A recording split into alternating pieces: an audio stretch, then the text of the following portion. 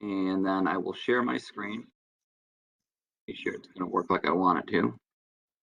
And I'll move some stuff around here just so I'm good to go. All right, so I'm going to get going and being recorded. And I just want to be sure that you guys can see my PowerPoint and you both can hear me. Yeah, you're good, bro. Okay, wonderful. Josh, hope you're there. Wonderful. You guys have an in-class worksheet. So once again, this will be recorded so you can go to WebEx and watch it. And you'll fill out your worksheet. It's gonna be maybe a little bit shorter today because you're gonna have some homework on your own that you're gonna have to do. And there's some videos and stuff that you can watch, and I'll explain it. So what we're gonna talk about is how to wire a master control relay that will source the output module and provide voltage to the input common. Utilize the AutoCAD in order to create PLC I/O schematics, incorporate a state manager and a complex program, and design and document a pneumatic stamp circuit that demonstrates your timer, your counter, and your data manipulation. So we're going to roll it all together here, and it'll be the final SLC 500 for the next couple weeks, and then we will move on to the Siemens. Okay, so first of all, the review. We did a move instruction. Okay, so it moved to register, which is a 16-bit word, but we weren't looking at the 16-bit word. We were just moving 200 or 400. A file is a group of registers, but a move is not a file instruction. It just moves one word, 200 or 300 or 400 or 11100 111, however you want to look at it. And we practiced moving different values into counters and timers. And my little demo was here somewhere, if I can get to it. And I'll just play this. You can watch it and expand it. But I have Christmas lights here where I've just had some of this stuff around my yard where I've got a pole with some lights on it, and then it goes faster, and then it'll go faster, and then maybe it goes faster 3 times, and then it'll stop. So there was 3 times. Let's see if it goes faster. Okay, 8 strings of lights, and now it'll go faster, and then faster. So this might be little Christmas light things. And I got candy canes and all kinds of stuff going around my house like this, right? And so what this is showing is that if I take a look at my program here, that you can see on my program, look at all the counters I got. I've got the outputs. I'm using the outputs only once. So there's an output, and there's an output, and there's an output. The outputs are only being used once. But on the left there, I got a bunch of and/ors. These things are going to be turning off and on depending if timers are being activated or counters are done or whatever. So I'm looking for different ways to get these individual outputs to come on. Okay, timers and counters. So as I scroll through my program here, look at, I got timers. I got timer 0 starting, getting done, starting the next timer. Timer 4-1 getting done, starting the next timer. Starting the next timer. So these are just timers, starting timers. And these are like, looks like these timers have a preset of 30 in them. 30, 30, 30, 30, 30. All these have 30s. And then here I got counters. I got a counter. So it looks like when this finally times, it does a count up. 1, 2, 3. When that gets done, looks like I do a move there. The move's a 20. So all those timers were 30s. Now they all become 20s, and it goes faster. And then it counts. And then it moves 10s into there. Then it goes faster. And then everything flies around and it counts again. And then it moves again. And it looks like it moves everything back to 40s. So what this little video is showing, you can watch it if you want, is just a bunch of cascading timer counters to blink lights faster and faster and faster, and then the counters getting done are what does all the moves. Okay, so on a scale of 1 to 10, does that kind of make sense? That this is just cascading timers, starting timers, and then the timers time 1, 2, 3, then they get a move, and then all the timers change their time base. It's very similar to what we did. Can you see that that's kind of the gist of it, right? And that's kind of an ugly way to do it. A better way to do it would be with a sequencer, but that's for another class, all right? We did compare, all right? to compare usually timer and counter accumulations to static numbers, okay? And so we want to talk a little bit about the series versus parallel, okay? But remember, if I just come to my program right here and talk about some of the things that we've done, we put in like TON timers. Timers come in over here. The timer is T, and you could just start typing if you want. T, enter, 40 timer. But I think I've already got a timer. Oh, I got a timer 44. But that's my T40 timer. All the time information's found over here in the timer. You know, I didn't want, oops. If I didn't want T40, I could have made it T48. Okay, that's how I address my timer. My time bases, we've been using 01, oops, 01, and then we might give it like a preset of like 300. That is a 3-second timer. Okay, so if this run becomes true, this timer times until the accumulation hits the preset. And then a lot of times we're using the done. Now, for the compare, we might have said, you know, we wanted something to be greater than something to turn on a light. Oops, where'd that baby go? Put it right there. A light. So something greater, see it right here, A greater than B. So let's say I just pumped this in right here. Okay. It says source A 300, source B is 200. Is 300 greater than 200? Yes. This output would be on. Everybody agree? Scale. How about a yes or no? Everybody agree that if I just put 300 in there and then 200, this light would come on because 300 is greater than 200. Yes? I got one yes. Yes. Josh, you with me on this? 300 is greater than 200. Right. Well, why would you? Yeah, you're right. Why would you just put two numbers in 300 greater than 200? We want something that is varying, right? So if I were to take T48 right here, and I were to take what is moving on? Oh, this is really. Let's see if I can pull this up again. What is moving on T48? T48. What's moving is, I want this to be bigger. There you go. What's moving, the EN bit is not moving. It's on or off. The TT is not moving. It's on or off. The DN is not moving. It's on or off. This has nothing to do with it. What's moving is the accumulation.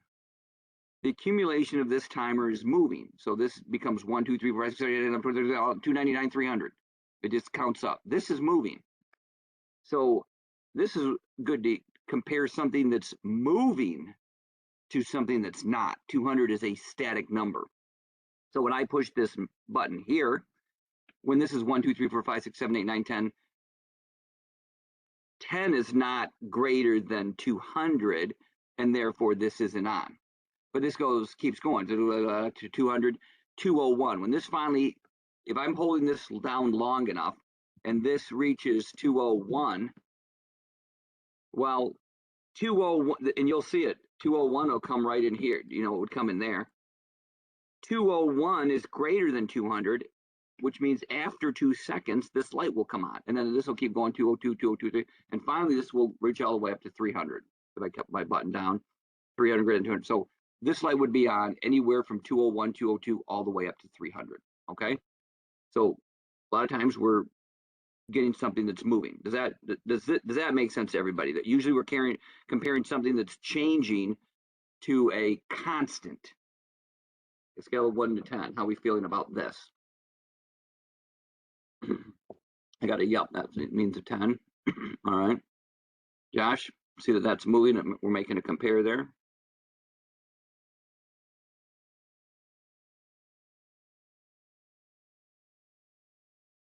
Okay, so yeah, the accumulation is what's going to be moving on the timer.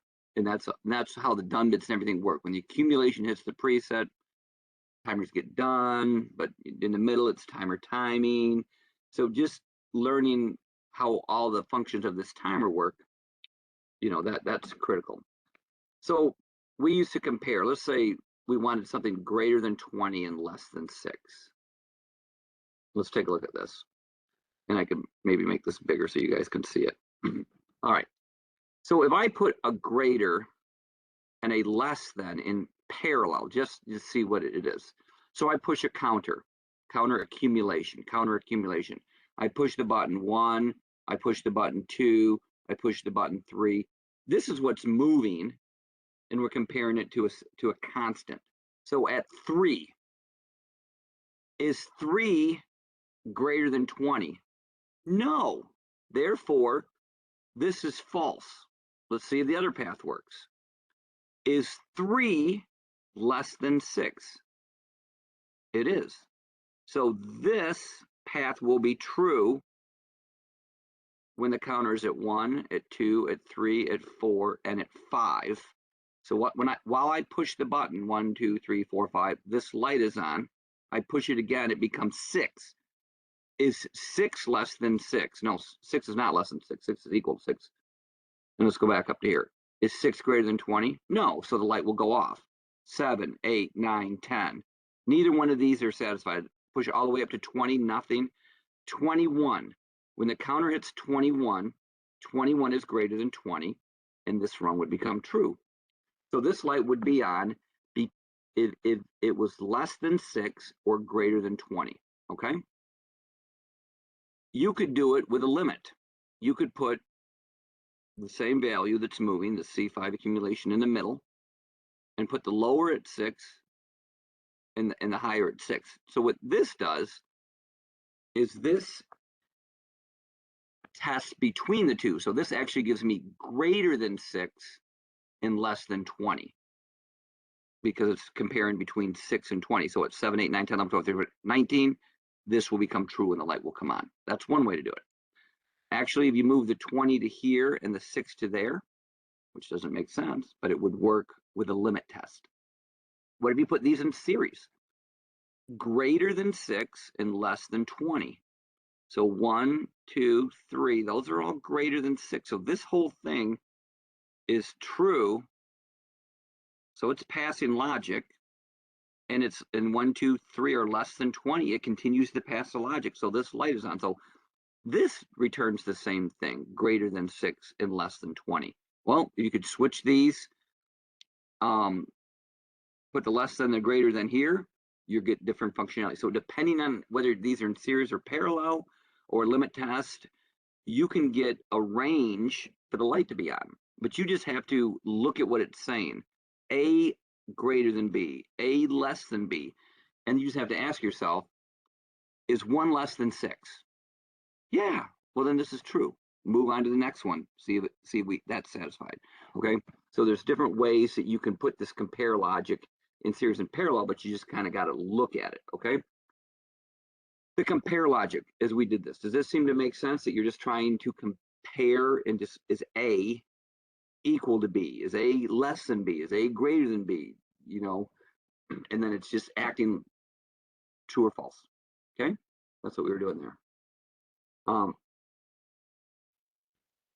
We were doing some cascading timer counters where we were blinking the light. So let's say it looks like here we're doing a cylinder, extend, timer, retract. So we are extending a cylinder. So we're turning this on, and the cylinder extends for this long. The extend timer gets done, just like our cascading, and then it starts the retract timer. So the thing comes back, it retracts, and then this opens and it resets. Then it would extend again and retract, extend again and retract, extend again and retract. It looks like we just have cascading timers here, okay, to create a sequence where something's going on and off. So we want to have it do 3 times. So what counts this? Well, the cylinder would have its own rung here with an output on it.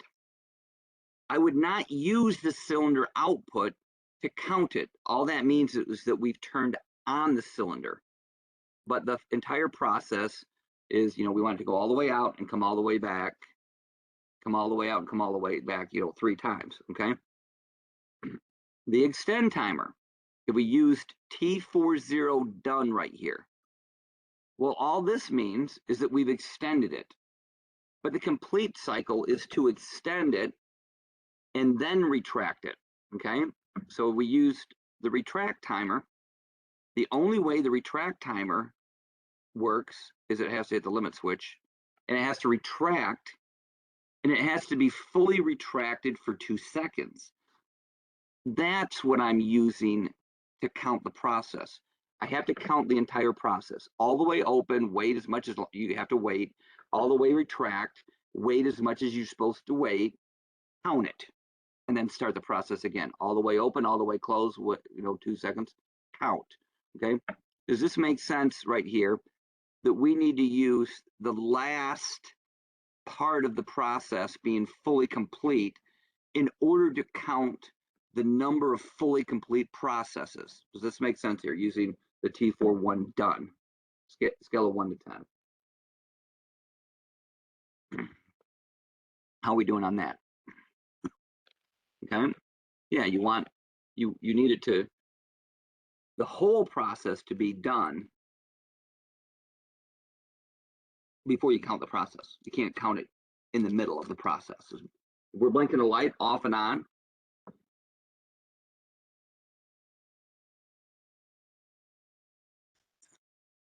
So I put some run comments on here. I put some designations about what this means to me. You know, sometimes I call these blink timers or reset timers, or extend timers or retract timers, or on timers and off timers. And it's not that I'm using an off delay timer. I'm just trying to use some description of what these are for and what the process is. You need to be sure you understand the functionality of the circuit, because the controls person that built the program, they're going to use something else. They're going to call them something else. But all you need to do is understand that, oh, this is doing something here. And oh yeah, it's turning this timer on. Oh, it's resetting. You got to understand the logic of this, because it's going to be called something else in the field. And when you make your program, you're going to call it something else. All right. So that was kind of the cascading stuff. Review the homework. Is that really where we're at? I wanted to do something else here. Yeah, we'll do that. Okay. I got the homeworks in and I started grading them a little bit. So hardwired number 1. That was showing this object here. And I've got maybe hardwired 1 right here. This is the ladder logic. You would have put, you know, an IO and everything like that on there. I can't remember it said if it wanted the overloads wired or not, but it's showing here. And on the input module, I wouldn't have been upset if you would have put the overloads into an input. Looks like that's what I've done right here. I've made this input 1 number 4. So those are my overloads, right? And because they're wired normally closed, you know, they would be green as well here as soon as I gave it power, right? Stop button. I've used the stop button here and the stop button here. You can use it more than once. We've got that down. Here's my run button. I've got a jog button here. So if I push the jog button, it's interlocked. It can only run or jog. Now, the way my circuit works is this top one here is pretty much my standard memory circuit for run. And I got the interlock right here, so that if for some reason I'm jogging, this run will not work. It's interlocked with this jog or no memory jog, or no memory run, okay? And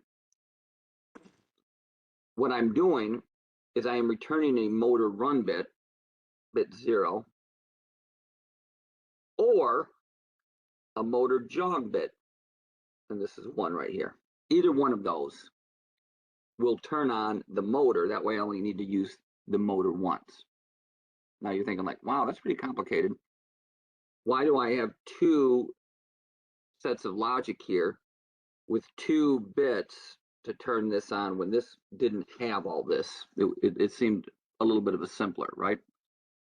Well, first of all, to recognize is that this jogging is different than we did in 131. We had a couple of jog circuits. One used a control relay, the other used a selector switch to turn this rung off and on.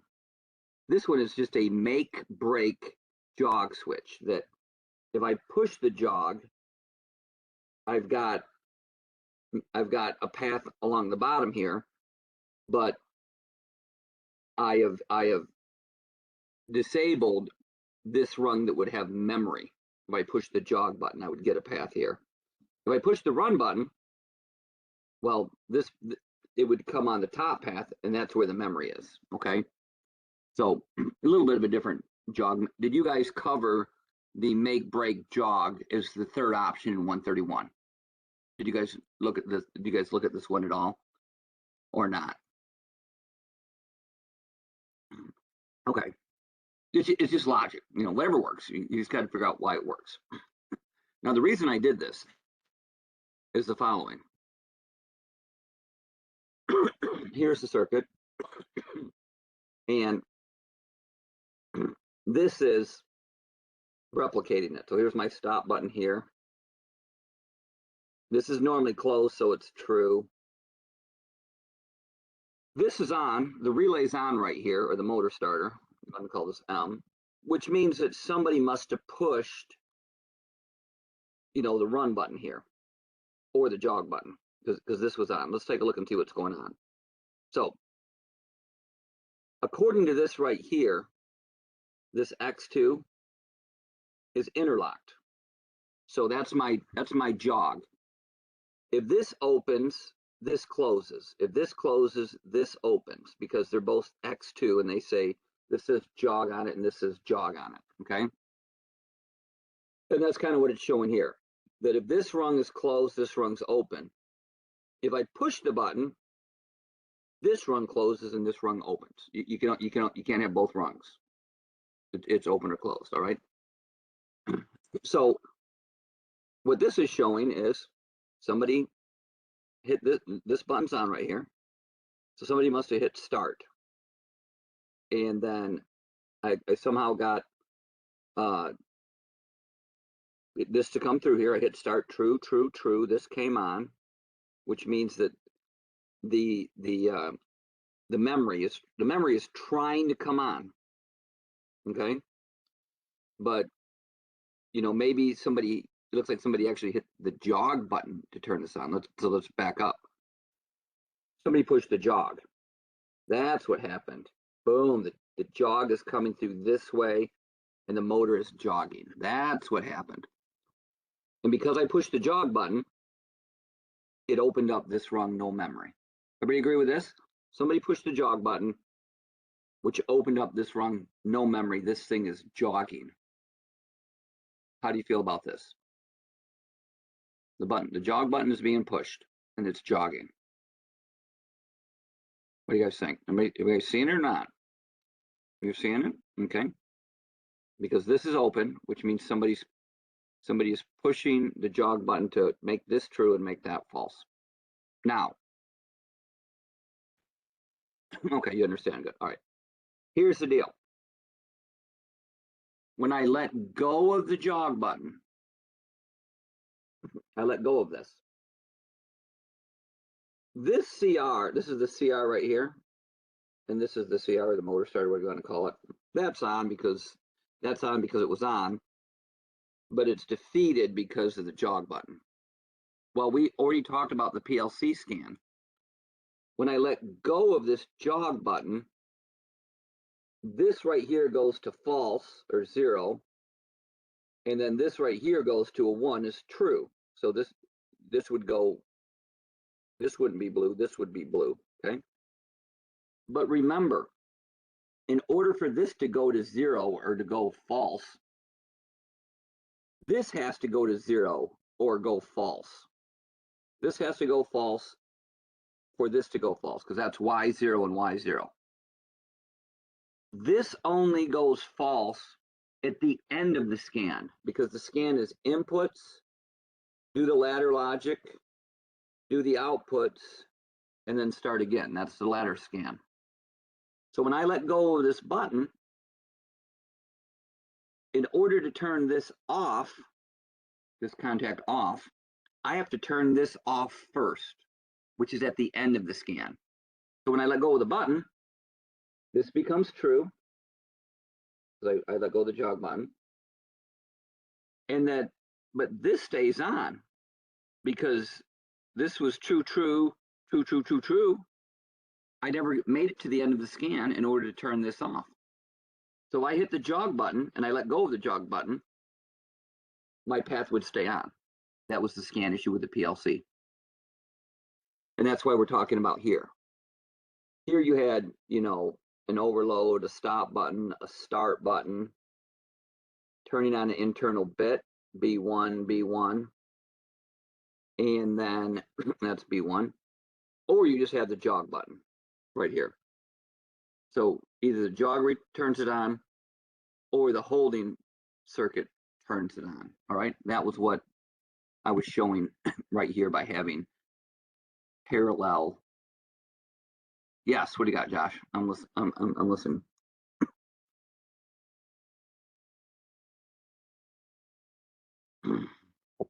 A good locations for the overloads in the program, it doesn't matter. I mean, you can put them right here. I just got them right here, forward overload. The ladder logic will not let you put them on this side of it. Remember the farthest part of this has to have a has to have an output. It will not let you put a contact on this side of this, the PLC. But there's no best place.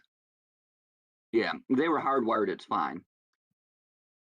But if you put them in here, it doesn't matter where you put them, as long as it breaks the ladder logic. Okay, that's kind of the beauty of ladder logic. Where you want to put the stop button? Do you need to put it first, or do you put it last, or in the middle? If it stops it, it stops it. A lot of times convention is you put it first. Okay, hopefully that makes sense. Just got to work. We did this to make break. Hardwired 2. Let's see if I got that one. I don't think I printed that one off. I think we can kind of just do it by looking at it. So this one we did pretty good on. Here is a control relay. The purpose of this control relay is for memory. Okay. So what I don't want to see on your output module is a control relay, because we got rid of control relays. We don't need them anymore, basically, unless we're doing, you know, something really unique. But we got rid of the control relay. Don't wire one in. If you're just gonna use a control relay, then you don't need a PLC. So this control relay and this control relay contact, don't put into the IO module because we got rid of them. Just use the light, the PL1, to turn itself on. Same thing here, this control relay, get rid of it. Use the light. This control relay 2. I don't have any control relays over here. I got rid of the control relays. Everybody agree with this ladder logic here, that the goal of it was to just get rid of the control relays, the outputs and the contacts associated with those control relays, because we don't want to wire them in, because that's the purpose of a PLC, is to get rid of control relays. Yes, everybody feel good? Okay. Okay. Number 3. We did this circuit plug-in 131. Well, basically the aux, they got R1 right there, and here's R. This is real, you know, we want an electrical interlock that's real. The overload, we want that to be real. The forward and reversing overloads, if they're separate, we want them to be real, or all overloads, we want them to be real. and wired into the input. So on this one, when I look at the input module, there'd be a lot of inputs. There was not only just, the start and the stop button, there was the aux, there was the forward auxiliary, the reversed auxiliary, and I think they were wired normally closed because we wanted an interlock. It was the overloads were wired in, okay? These are devices that need to actually get wired into here, okay? And so we'll go over this other little thing real quick, is that here's an overload. So this is it. Maybe this is a single forward reversing starter. Maybe it's two separate ones. Maybe these are all OLs, okay? And so when you look at these OLs right here, there's a couple of the ways this could look. It could be, if you had, all OLs and you had a bunch of motor starters, you could wire them all in, OL1, OL2, OL3, so that any of the OLs, if they trip, then this input 4 would come on. And then in your ladder logic, you would have this I4 right here. And it'd be true because all these are normally closed. But if it opened up, it would kill the circuit.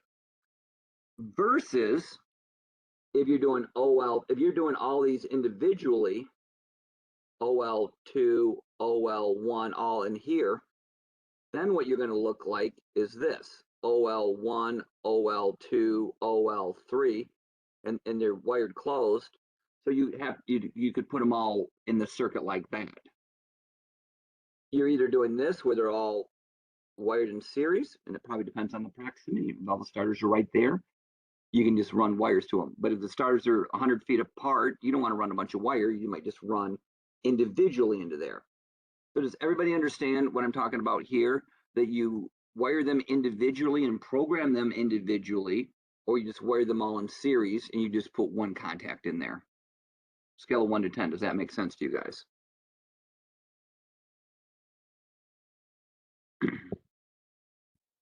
Okay. I mean, it's like a stop button. How many stop buttons you want on your work cell? Here's my inputs. You want one, stop here. This is my stop, call it I1. And you want to program it. I1, and it's true, so I would have stop. What if you had like 3 stops on there? Well, you could wire all those stops in series. So hitting any one of these stops would bring this down. Or maybe you want separate stops. Maybe you want 3, maybe you want all these stops to be on their own, I2, I3. Then you got to do this: I1, I2, I3, and all the stops are individual, or you can put them in series and only have one input. Okay, same thing with your stops or your OLs or whatever. Okay. Review the quiz. So the quiz was like this. The scores were pretty decent. This was kind of just the fundamentals of it. The following parameters determine the time, the thing. It's the preset time and the time base. You're actually multiplying them together. Multiply the preset times the time base, and we're using like 01. 01 times 200 gives us 2 seconds. The timer is T4. The on delay time period for the timer is 20 seconds. Once we took the preset. 200 times 0.1 is 20. 200 times 0.1 is 20. The off delay timer starts timing when the trunk goes from true to false. So you push the button, you make it true, nothing happens. You could wait till the end of time, nothing will happen, but when you let go of it, it will start timing, just like an off delay. The timer program shown output C. We got C hooked to the timer timing. So when this thing gets, anything greater than 0 and anything less than 10, it will be on. So while it is accumulating time, 0, 1, 2, 3, 4, 5, 6, 7, 8, 9, 10, it's on because it's the timer timing bit. For the data table showing the bit level addressing, bit level is off or on. The EN is off and on. The TT is off or on. The DN is off or on. The preset, it's a number. It's not off or on. It's just a number. The accumulated is a number. It's 10, 12. Those numbers aren't off and on. These are the bit level programmings right there. The main difference between a PLC retentive and non-retentive, retentive timer maintains the time should power be moved. Needs a reset. The interconnecting timers is called cascading. We're doing cascading timer counters. The PLC up counter counts false to true. So while it's false nothing, make it true 1. Make it false nothing. Make it true 2. Make it false nothing. Make it true 3, etc. The PL1 will be energized. So right away we just download this. Notice that this is true. So the light automatically is going to come on. But when I make this 1, it's still on, 2, it's still on, 3, it's on. When I finally get to 7, it's done. It will go false until the accumulated value equals the preset value. Okay, so these, like I said, that was kind of the flavor of that, and they were reasonably good. All right, kind of a short little lecture here because you have a little bit of homework to do on your own, and I'll give you some time to do that. But we'll walk our way through it. Talking about state manager, master control relay, fluid system, AutoCAD, and pneumatic stamp. The first one is the concept of a state manager. So a state manager is that a process can't start until the process before it has been completed. And usually when the process before is completed, it's signaled by a maintained state, all right? A state manager means that you're going to end up having some type of maintained state to signal that the prior process is complete. So maintained state on the prior, all right? So here we go. PB1 turns on a system bit. So I like to use my memory. I know, Josh, you've been using latch and unlatch. You can. I like my memory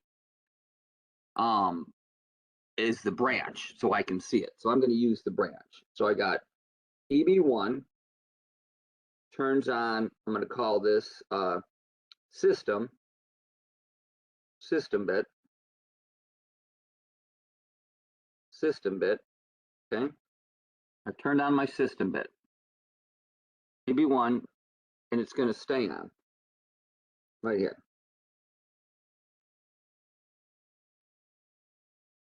System bit. So if I hit PB1, I get my system bit. But now remember, we don't know that the system is on, so we should probably turn a light on so that somebody won't walk up to the system and kill themselves. So if somebody hits the PB1 and the system bit comes on, let's turn on light 1 as well, okay? So that's a pretty standard program that we have been using to take a momentary switch and turn it into a maintained situation. Is there a scale of 1 to 10? Does everybody agree with my terminology there? We've taken a momentary situation and turned it into a maintained situation. In 131, we call that memory, okay? Or energized, or latched, or whatever, all right?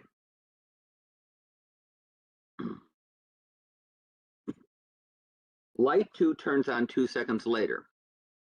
So if something's coming on 2 seconds later, I'm going to need a timer.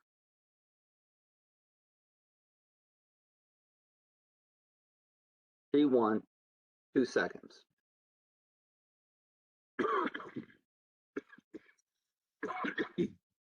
Okay.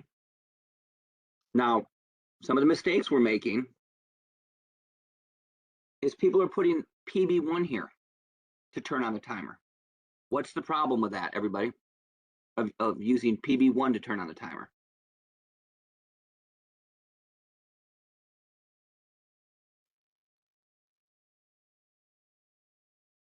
It's momentary. That's right. We've been working with memory for 2 years. It's supposed to be maintained. So I'm going to have my system bit. system bit, the system bit is going to start the timer. So momentarily pushing 1, I get the memory, and now my timer's timing, and now a light is going to turn on. So I'll come here and turn on my light 2. If I want it to come on after 2 seconds, I got T1 done.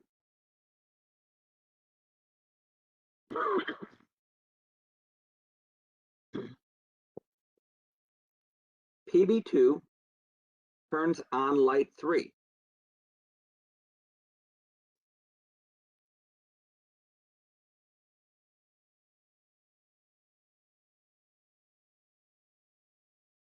Light 3. But only if light 2 is on. Okay? So at this point, I'm going to put a state manager in here. This is my state manager right here. This rung is not going to work. You can walk up and push PB3 all day, and light 3 will never come on unless what happens? Not that the system bit is on. It only comes on if light 2 is on. So I got 2 options here. If I'm using the process bit, the last thing that occurred was timer 1 getting done. I could use timer 1 getting done right here, which means that I must have hit PB1 to turn on the system, and I must have waited 2 seconds, and after 2 seconds, pushing the button will allow the light to come on. T1 done. Because T1 done turned on light 2, I guess I could have used either one of these, you know, the done bit or the light 2 there. But we're talking about the process, and timers usually do the process. Because if later on I want to turn off light 2 momentarily, I don't want it to screw this up. In order to kill this, I have to reset that timer. And the timer, if you're turning off a timer, resetting a timer, it's probably it's very deliberate, you know, because it's fictional. You're not doing anything with it. Whereas this output right here, you might want to turn this off for whatever reason. You don't need it anymore, but you don't want that to screw your state manager up. So my state manager, the done bit, is probably a better choice than the actual field device. The state manager is often fictional compared to a field device because it's logic.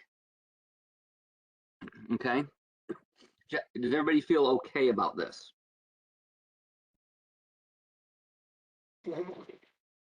Okay? Feeling okay about this?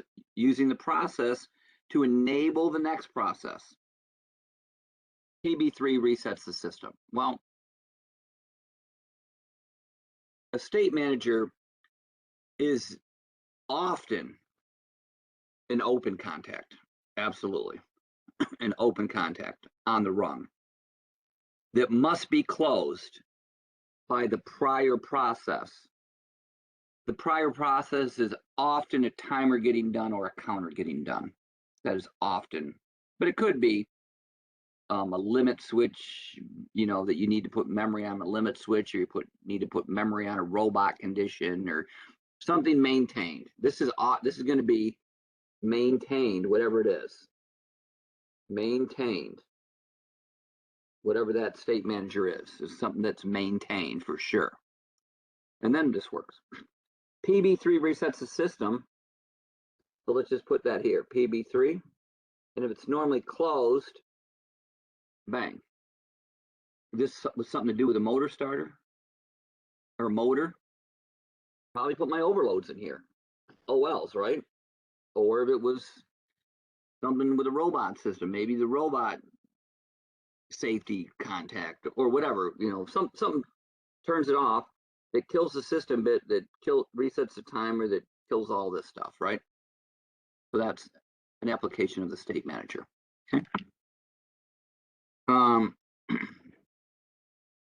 Master control relay.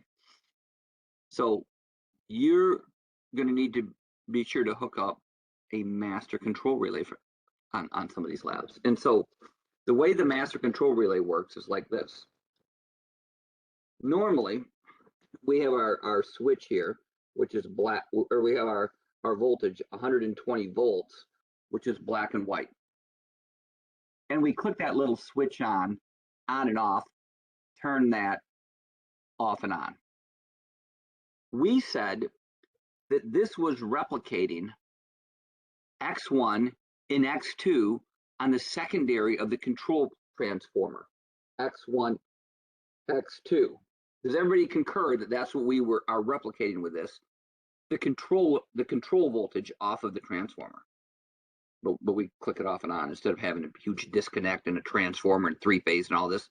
We're just turning on 120. Everybody understand what I'm talking about there? That this is just our control voltage, and we can click it off and on with that little switch, and that instead of having a big disconnect and everything like that. Okay. Now, normally, if this is my input module and this is my output module, we have freebie connections. The freebies, they come for free, right?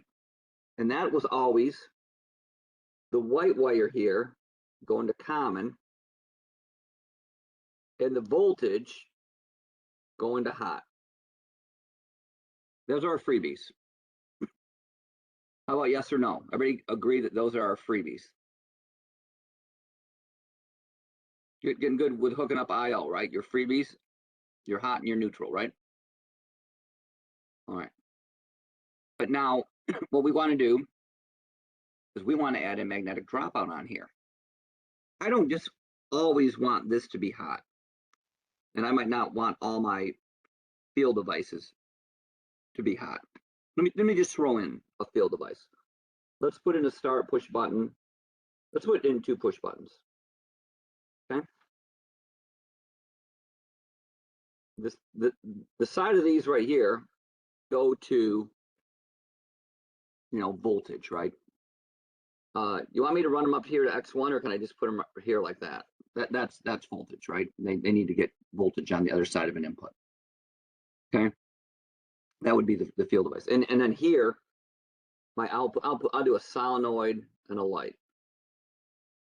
And then this side, because it gets voltage, needs to go to common, so I can just run it here, right? Or I can run a wire all the way up. It's the same. It needs a current loop.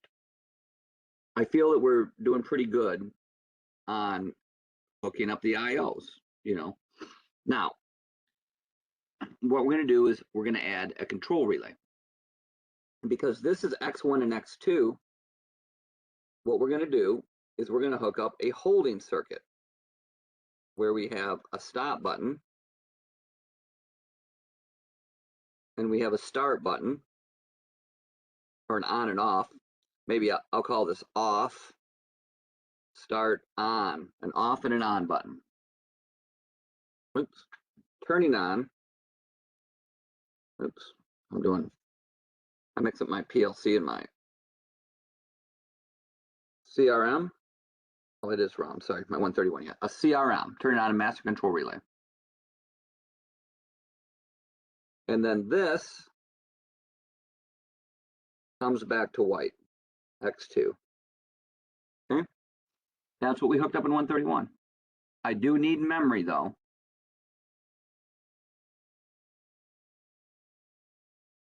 I do need memory on that baby. So when I hit this, if I hit the on button, the CRM comes on. If I hit the off button, the CRM goes off. You guys can hook this up. Scale of 1 to 10, you could hook up a holding circuit like this with, if I give you a start stop button and a relay, you could hook it up. 10, who else? You guys can hook this up with CRM. You know, who else? Okay, you're gonna have to take a look at this. This is the main thing that we learned in 131. And if I get a relay,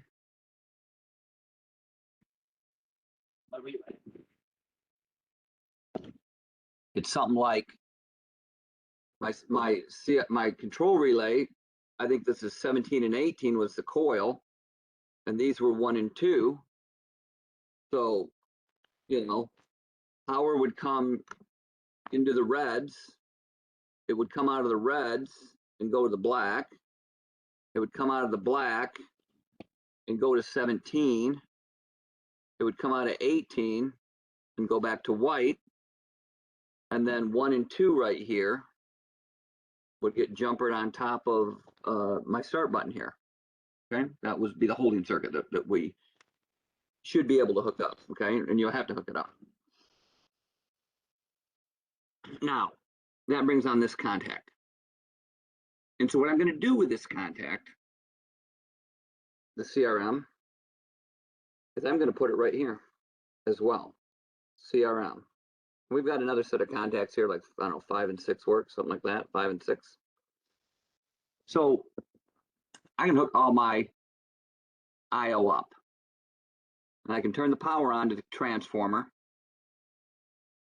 but my output will not work. Yeah, master control relays is the MCR CRM. It's called a master control relay. The IO doesn't work unless I turn the CRM on. The other thing I want to do with the CRM, often, I like to put an amber light on that baby. Put an amber light on the CRM. That way I know that you can electrocute yourself. So if I get memory on the master control relay, then I can electrocute myself, because this is now closed as well, and all my IO will work. But if I don't have the amber light on, that means I don't have memory. That means that my IO is hooked up, but it will not work because there's no voltage. Does everybody agree that this contact right here is delivering the voltage to the field devices, and it only is going to be on if you manually hit the start button to turn on the CRM? Feel good about this diagram right here. You're going to want to be hooking this up. So now, instead of just turning the switch, we got to turn the switch on, but then you got to hit start in order to power up the field devices. Okay, that is the master control relay. Now, if I look at the rest of my PLC here, this start button and this stop button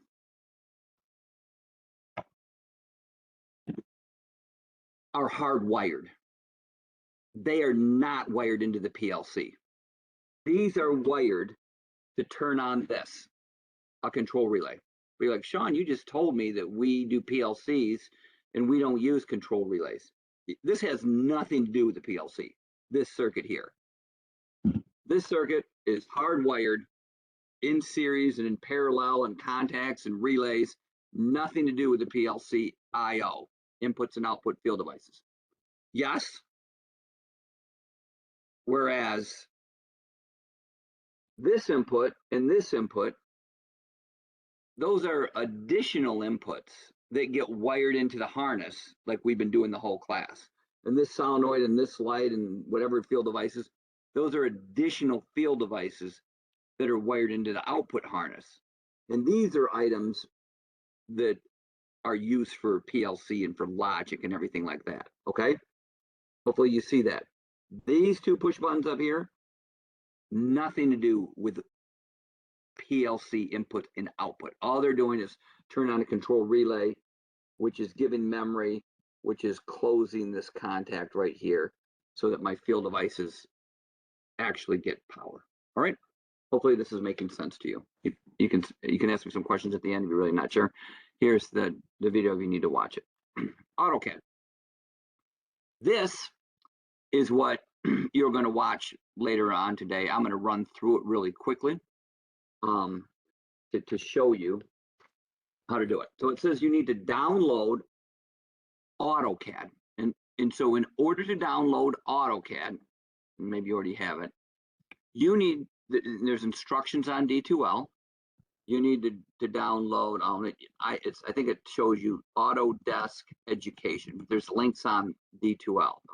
If I search Autodesk Education and I click the first one here, it says Autodesk Student in Resources, you're a student. It says a 1-year subscription. You get a free 1-year subscription to AutoCAD. And so you can come onto this screen right here. My computer's freezing up just a little bit. There it goes. And you can select your product. And then you want AutoCAD right here. And unless you got a Mac, does everybody have a PC or using a Mac? Okay. You're a student, a 1-year seat. You're going to select this, continue that you're a student, and then you'll need to go through and you'll need to create a student account with a real email that they get to mail you your activation code to, and then you can download AutoCAD and you get it for 1 year. If your computer's not powerful enough and you can't do this, you can check out a laptop from LCC at Student Services. But this is just tells you how to download AutoCAD and get a free 1-year access. So importantly, scale of 1 to 10, do you think that you're going to be able to do this or get a computer from LCC that has AutoCAD on it? Okay. Otherwise, I guess you can come into the lab and use the AutoCAD in the lab if you want during open lab. But just come in on Friday and Saturday, the computers have AutoCAD on them, but you're going to want to get AutoCAD here, all right? So when you get AutoCAD, what you're going to do is you're going to go to File, and you're going to go Open, and you're going to open this file here. And this file is located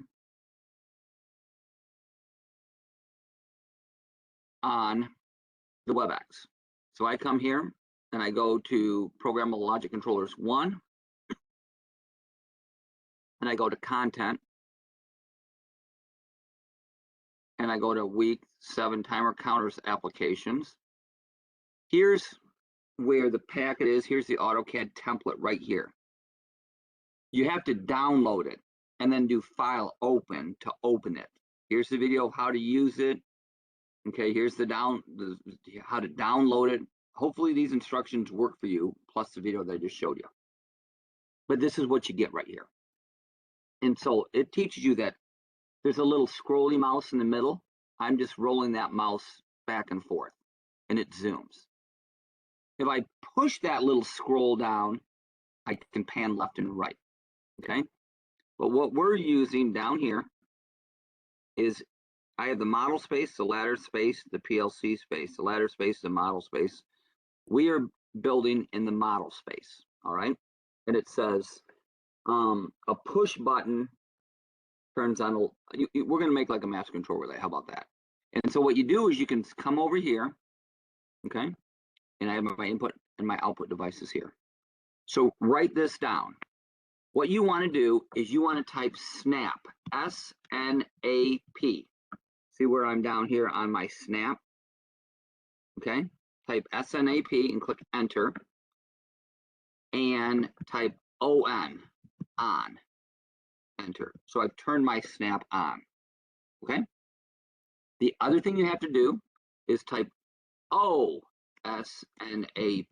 O-SNAP. Everybody see that? O-SNAP? Oh no, I don't want that. O-SNAP, enter. And there's my object. Be sure that that is not on. You want that to be off, okay? So my object snap is off, but my O snap and my snap SNAP is on. So we're okay there. And then it's pretty simple. It's almost like a cut and paste. Here's my normally closed push button. It's right there. I can zoom in and out. If I type the command, use the command CO, I'm starting to type copy. There it is right there. Copy, I click enter, select objects. I can just click my mouse button, my left button once and let go. And if I start dragging here, I can click it again, left click. And it's still trying to select objects. So I click enter. Base point. Notice how it just jumps around. It only lets me pick like here. I would click there. I would scroll out, come over here, scroll in. And it only lets me put it right at the end there, okay? And then you always hit escape, okay? There's normally close. Let's go to a normally open push button, Normally open push button right here. What is face point? I have no idea what face point is. Where did you see face point? Copy. Here. Click. Click. No, sorry. Select objects. Click enter. I can scroll if I want. Notice it's just going to let me pick that. Pick it. Scroll out. Scroll in. I don't know. I want to put it on the same line here somewhere. Let me put it like, I don't know, put it about right there. There's my open, right? And I need a control relay. Where's that at? Control relay is right there. What's my command? CO to copy, enter, one click release, drag the window, one click release, select objects, so click enter, click the corner, back out, come in here, and maybe put it right here, okay? And then the other command is L for line, L enter. And I can come in here, click, click, enter. L for line, enter, click, click, enter. L for line, L enter, click, click, enter. And I've got this one. I need a holding circuit here, so let's come over here. Here's my branch. How about CO to copy? One click, let go, two clicks, let go, enter, click,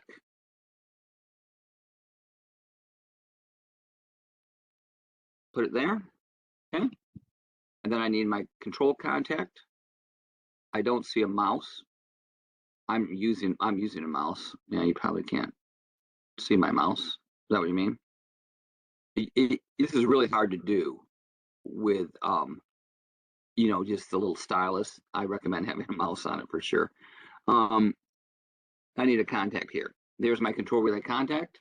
CO, enter, click, click, enter, pick that, escape, and I built my circuit, okay? And that's my 131 circuit. If I click down here, I got model ladder PLC. Notice if I click ladder, it's ready to go. So I went file, print. No, nothing found, I agree.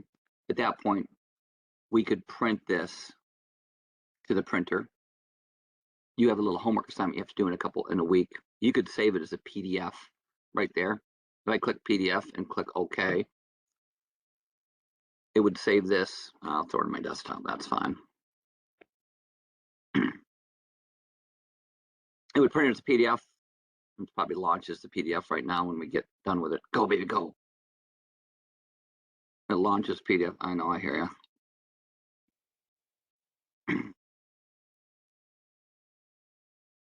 Yeah, I'll show you.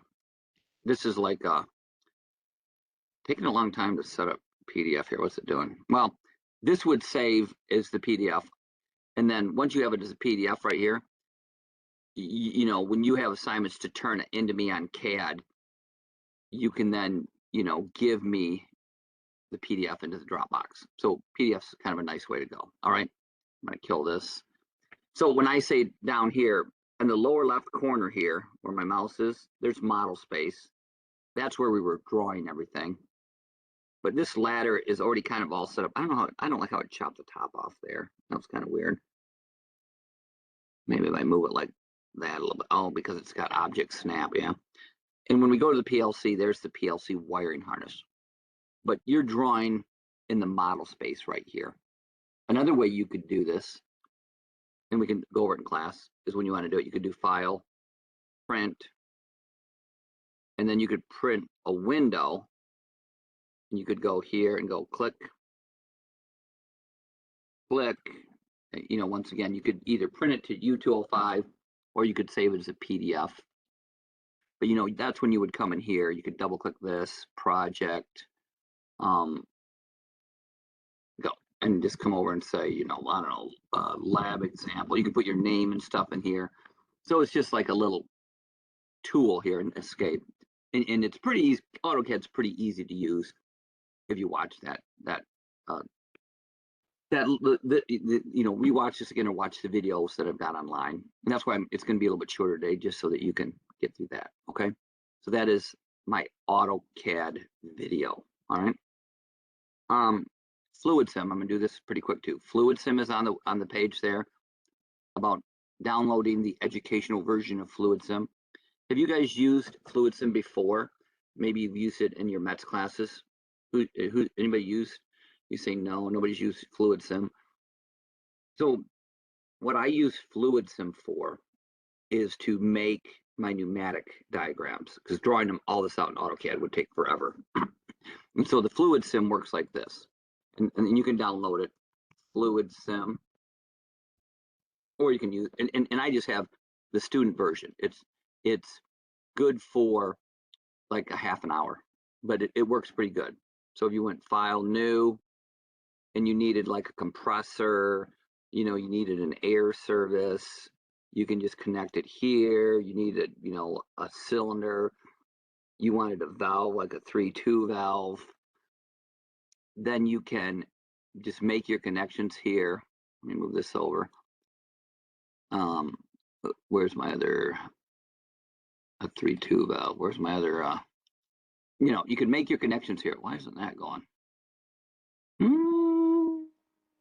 Oh, hang on 1 second. Let me do a 5-2 valve. That's a little better. You know, you could make connections here, and then you've got a little diagram here, because drawing all this with AutoCAD would be kind of crazy. And then what I like to do here, when I have this drawn, is just do snipping tool, and then I could do new, like that, okay?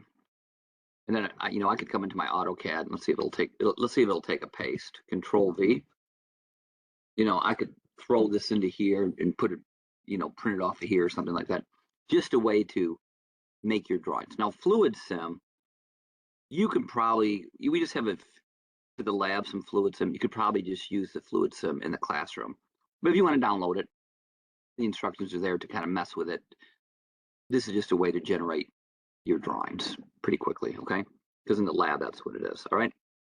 So that's pretty quick. It says quiz and lab. What I want to just reiterate is we're doing our Slick 500 capstone. So Branson and Josh were going to team up, and then as a team they decided, and then the other two can team up as a team for it. And the lab's in here.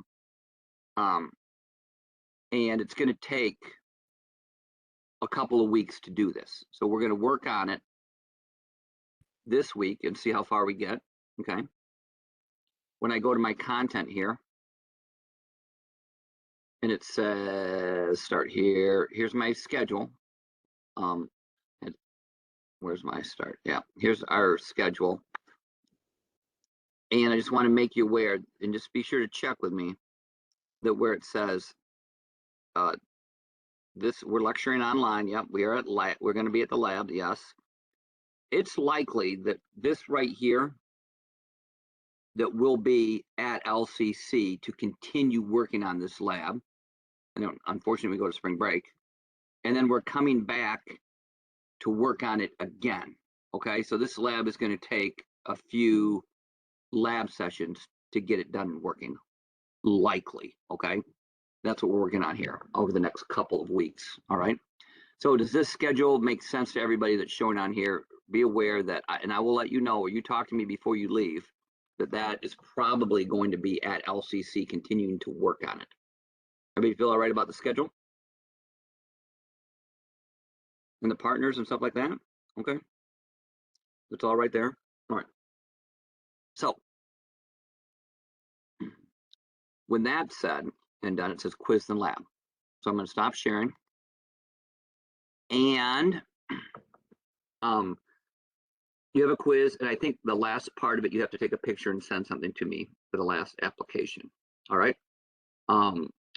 What questions do you have? Like, it's kind of a short and sweet, because we're just going to do the capstone here over the next couple of weeks to be sure and see how much you learned about wiring and all this kind of stuff. And then after these 2 weeks, after spring break, we'll switch to Siemens and kind of start over on some of this stuff again. What questions you got? What makes the lab so difficult that it takes 3 sittings? Um, I haven't actually looked at it yet. yeah, you want to read it because you have to wire it. What it is, everybody, is it's using the stamping fixture. Do you remember the pneumatic cylinder that went back and forth when you did pneumatics in 131? It's using that one, and that has 2 options. It has a single coil spring return valve or a double coil solenoid. I typically use the single coil, but if you want to use the double coil to get that to work, it's up to you. So you got to figure out how all that works. Get it wired up. It's got a motor starter, all kinds of stuff on it. And then you will have to do an AutoCAD drawing for it, and a fluid sim drawing for it, and work together and get it all working. Okay. So that's kind of what it's got. All right. Make sense? Yeah, So I deal with this almost every day, so it's kind of like, well, I'm hoping it comes kind of naturally for me, but that's what I'm saying is that it sometimes it takes all these sessions and more, and sometimes everything goes pretty well on it. But this is along the lines of what the final exam is. So I would really suggest that as you work your way through it, you really understand how everything works on it. So yeah, absolutely. We're just gonna start tying it all together. okie dokie. Just wanted to make sure. Yep. No, hopefully it makes sense to you. All right, what other questions we got? I don't know why it won't. No, for the lecture worksheet, you probably don't need to turn on anything on the second page. You can just turn on the first page on the lecture worksheet. But you want to mess around with AutoCAD, I think, if you want to try and get AutoCAD. If you just follow all the instructions, it pretty much will let you download it. I'm not sure what it is, why it won't. And if you can't get it to work and you do want AutoCAD at home, you can check out a computer from LCC, or you can come into lab and do it on open lab time, or however you want to do it. I'm just giving you the option. A lot of students like to do the AutoCAD at home.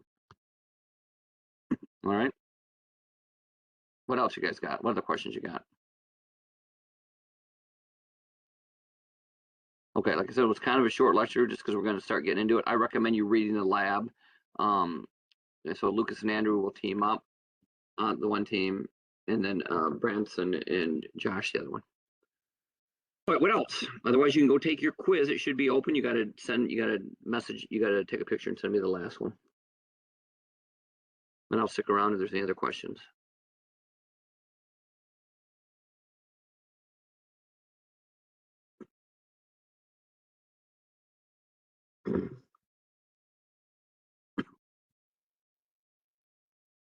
All right. Yep, read the lab. Should be good.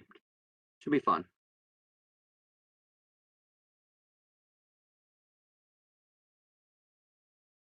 Oh, he took off. Lucas took off. We're going to have to track him down.